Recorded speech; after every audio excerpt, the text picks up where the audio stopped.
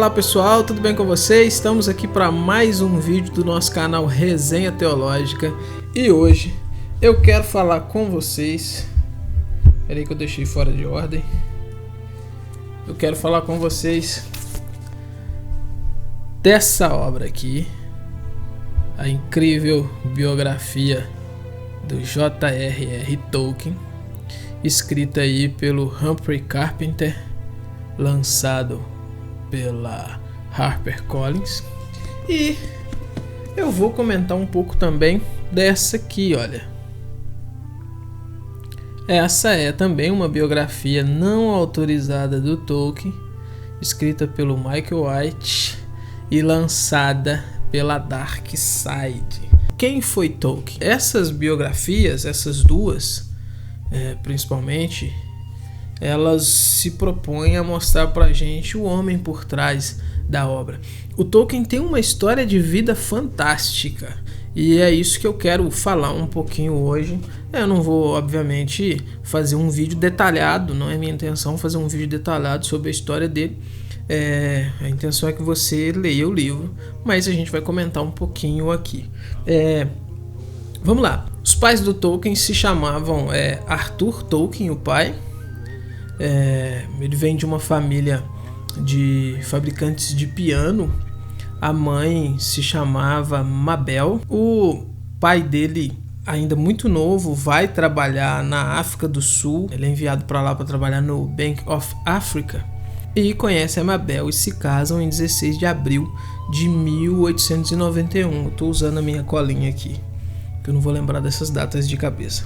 Ele tá trabalhando então na África do Sul, né? Tá trabalhando no banco lá na cidade de Bloemfontein. E é nessa cidade então que vai nascer o primeiro filho do casal, que é o John Ronald Reuel Tolkien, o nosso amado Tolkien. Ele ainda vai ter um irmão que vai nascer um tempo depois, chamado Hilary. O Tolkien, durante a sua infância, o autor vai mostrar aqui pra gente que ele tem uma saúde muito frágil, vamos dizer assim. Então, o calor ali na África era uma coisa fora de série. Então, eles acham melhor levá-lo para a Inglaterra para que ele possa respirar uns ares mais frescos ali. A Mabel, que é a mãe, quer vir. O pai, o Arthur, não quer vir. Ele está muito envolvido com o seu trabalho e tal, não pode voltar. A Mabel volta então com os dois meninos. Ele tem assim, ele fica pouco tempo na África, né? Cerca de 2 anos que ele fica ali. Tem algumas experiências interessantes. Por exemplo, um dos criados da família, quando vê o menino recém-nascido, ele fica encantado com um menino branco, né? Um filho do patrão, e rapta, meio sem querer, o menino para levar para casa dele, para os parentes virem o menino. E é uma coisa de louco, imagina, o empregado pega o filho e leva para poder os parentes conhecer. Ele fez na naturalidade, não foi demitido. Os pais, né, entenderam, levaram isso numa boa, enfim. Uma outra situação interessante que o Tolkien passa lá na África é que ele é picado por uma tarântula. É uma coisa assim, maluca. E uma empregada suga o veneno ali, né? Ele não tem sequelas, mas provavelmente isso ficou marcado aí na personalidade dele, dado a gente ter grandes aranhas em toda a sua obra. No Silmarillion a gente tem a Ungoliant, no Hobbit a gente tem várias aranhas ali na floresta, no Senhor dos Anéis tem a Laracna lá, ou seja, em todo o seu universo esses bichos assustadores aí estão envolvidos, talvez uma lembrança remota dessa parte de sua vida. Na Inglaterra, quando eles voltam, eles ficam um tempo aguardando a vinda do pai, porém com pouco tempo o pai dele adoece, tem uma febre reumática e morre lá na África mesmo. Eles nunca mais vão ver o pai. Tolkien e o Hilary nunca mais veem o pai. A Mabel nunca mais vê o marido, porque ele é sepultado lá na África mesmo, mais de 8.000 quilômetros de distância da família. Pouco tempo após a morte do pai, então a mãe, ela tá cuidando dos meninos, ela os leva na igreja anglicana, né, no alto anglicanismo ali na Inglaterra. Porém, com o tempo, ela começa a ter apreço pelo catolicismo e um belo dia ela leva os meninos na igreja católica e acaba se convertendo ao catolicismo. Ela tem o apoio de uma irmã dela chamada May. A irmã dela se converte também ao catolicismo e essa conversão dela, ela traz algumas consequências graves para a vida dela, porque após a morte do Arthur, ele não teve muita, vamos dizer assim, muita coisa para deixar para a família, né? Os investimentos dele, o que rendiam ali por semana, mal dava para ele sobreviver. Então ela tem alguma ajuda de uns familiares ali, tem um cunhado que ajuda, ainda que pouco, mas a família está ajudando. E tanto a família do Tolkien quanto a família do Arthur Tolkien, quanto a família dela, né, os Suffields, eles são protestantes e eles são anticatólicos, antipapistas, assim, até o tutano. Uma parte da família do Tolkien era batista, outra parte da família da Mabel eram anglicanos e tal, então wesleyanos também a gente tem. Então, assim, eles são totalmente anticatólicos. Com a conversão dela ao catolicismo, essa ajuda, ainda que pouca, que essa família dá, ela acaba, porque, de novo, eles são anticatólicos assim ao extremo e entendem que se ela está se convertendo então ao catolicismo, ela que se vire para continuar a vida e para cuidar dos filhos. Essa ajuda então é retirada e ela passa assim maus bocados, viu? No entanto, nesse momento de conversão dela, ela fica conhecendo um sacerdote chamado Francis Xavier Morgan, que é uma pessoa assim fantástica, uma pessoa que ajudou muito ela, né? Ele fica amigo dela, amigo dos meninos inclusive, e começa a ajudá-la tanto espiritualmente quanto também, num certo sentido, financeiramente, né? O Padre Francis, ele faz o papel de pai mesmo que os meninos não tinham, né? Como o pai morreu, então ele entra e assume esse papel, e é óbvio, né, como representação masculina, como representação de um chefe de família. Pouco tempo depois, os meninos adoecem, ambos pegam sarampo, e o Hillary, além do sarampo, ainda acrescenta uma pneumonia nessa lista de doenças aí. A Mabel passa aperto para cuidar deles, 2 meninos doentes em casa. Ela descobre que tem diabetes também. A gente está falando de uma época onde você não tem o tratamento de diabetes igual hoje, você não tem insulina, você não tem a facilidade que tem, e aos 34 anos ela morre, deixando então os meninos que já estavam órfãos de pai, agora também órfãos de mãe. Eles são adolescentes, o Tolkien está com 13 anos, o Hillary está com 11 anos, ou seja, eles estão bem novos e agora estão aí sem pai e sem mãe. São enviados para o cuidado de uma tia. Essa tia vai cuidando, ela não era tão afetuosa quanto a mãe, mas cuida, né, do jeito dela, cuida bem deles. E nesse momento que os laços entre eles e o padre Francis Morgan se estreitam mais ainda, eles se tornam mais próximos, porque é no Padre Francis que eles vão encontrar esse afeto, esse cuidado que não encontravam na família, né? O padre acaba ficando como tutor dos meninos depois de um tempo. A tia eles saem da casa da tia.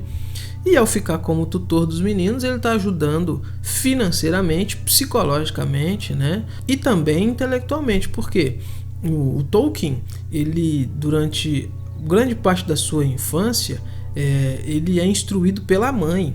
É a mãe que insere ele ali no mundo do latim, no mundo do grego, do alemão.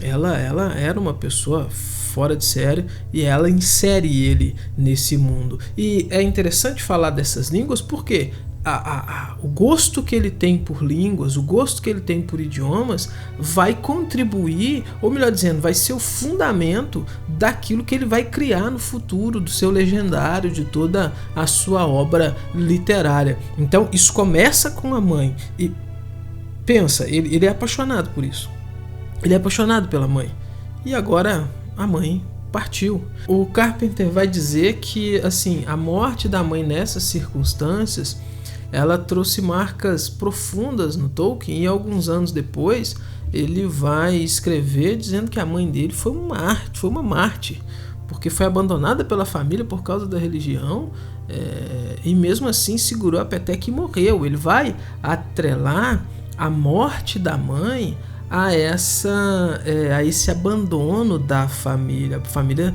deixou ela praticamente desamparada, né? E se não é o padre Francis ali se aproximar e ajudar o que teria sido dessa família. Então ele fica com essas marcas profundas disso na sua vida e na sua personalidade. Ele desenvolve uma personalidade melancólica, mais fechada, mais introvertida após isso. Ainda nessa fase de adolescência, ele começa primeiro com influência de uns primos ali, a trabalhar no idioma, e depois ele começa a criar as suas línguas particulares.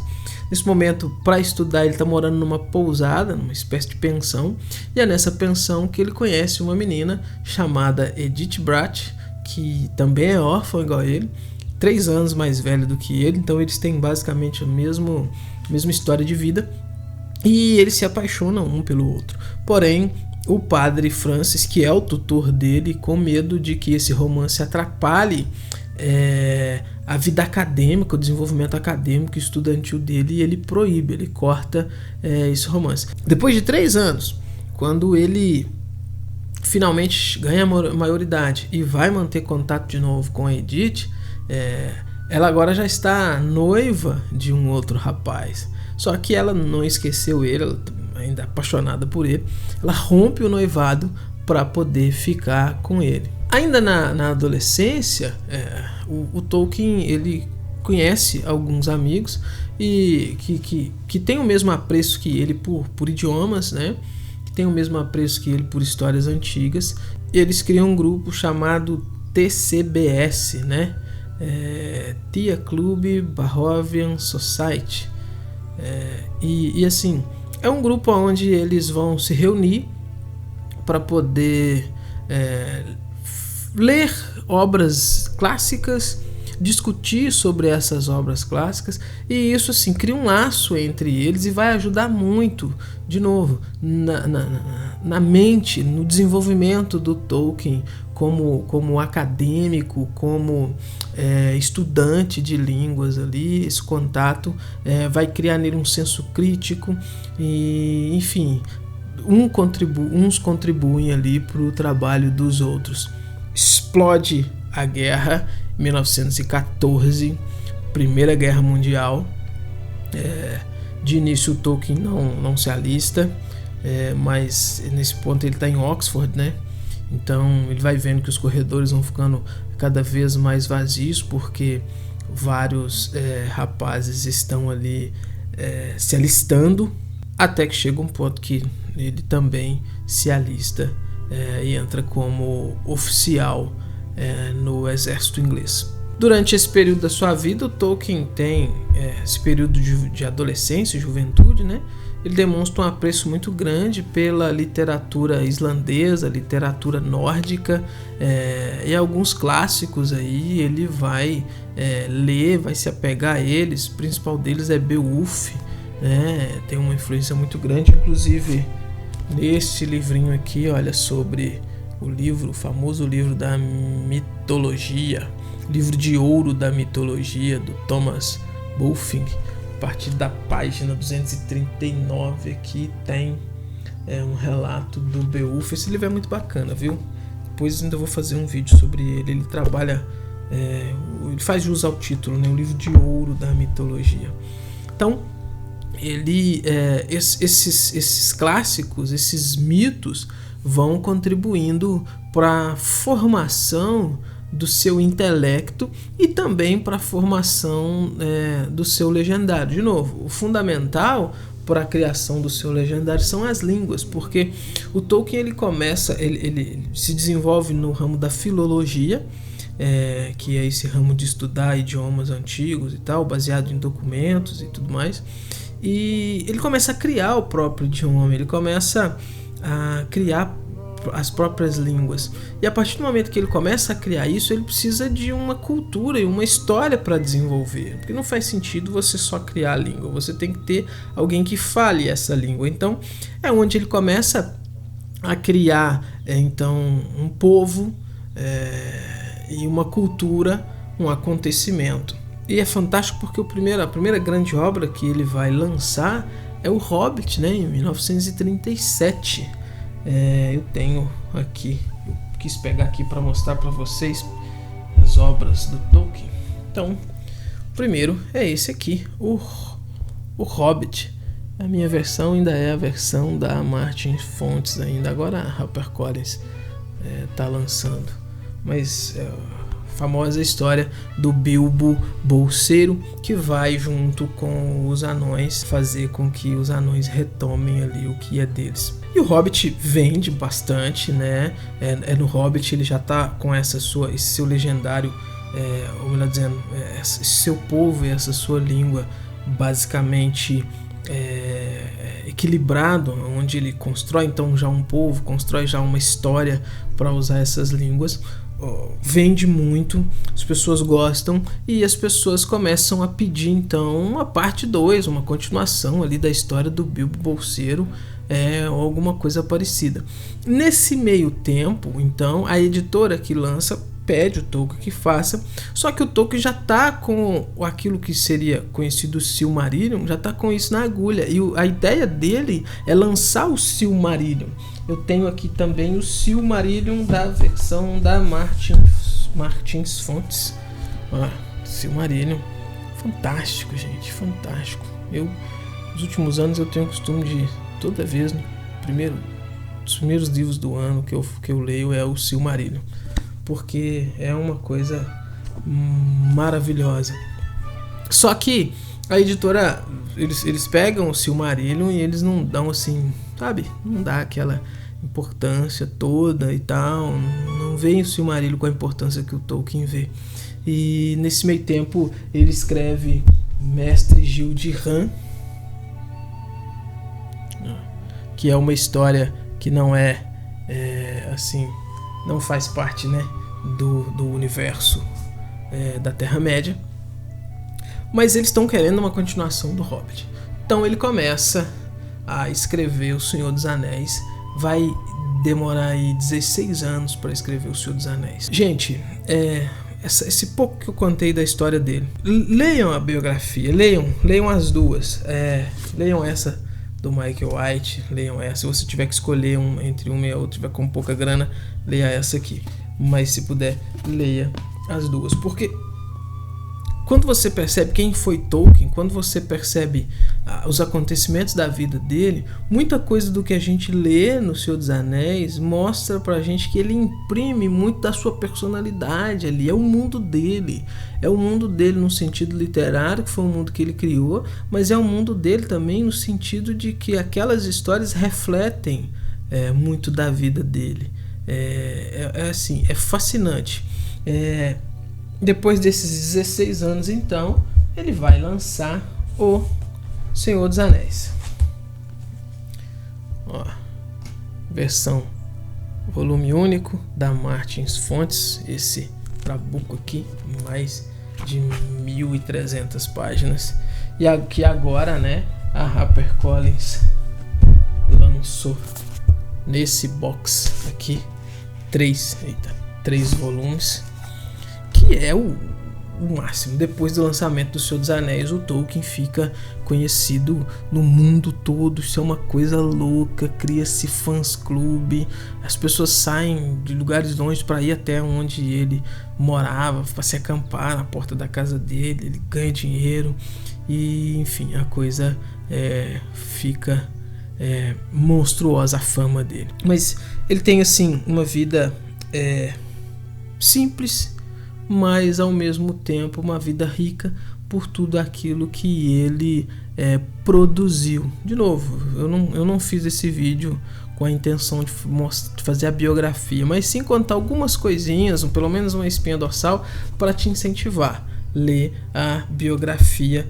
dele aí, do Humphrey Carpenter, que é a biografia autorizada. E só para mostrar alguns outros, olha só, isso tudo aqui é Tolkien.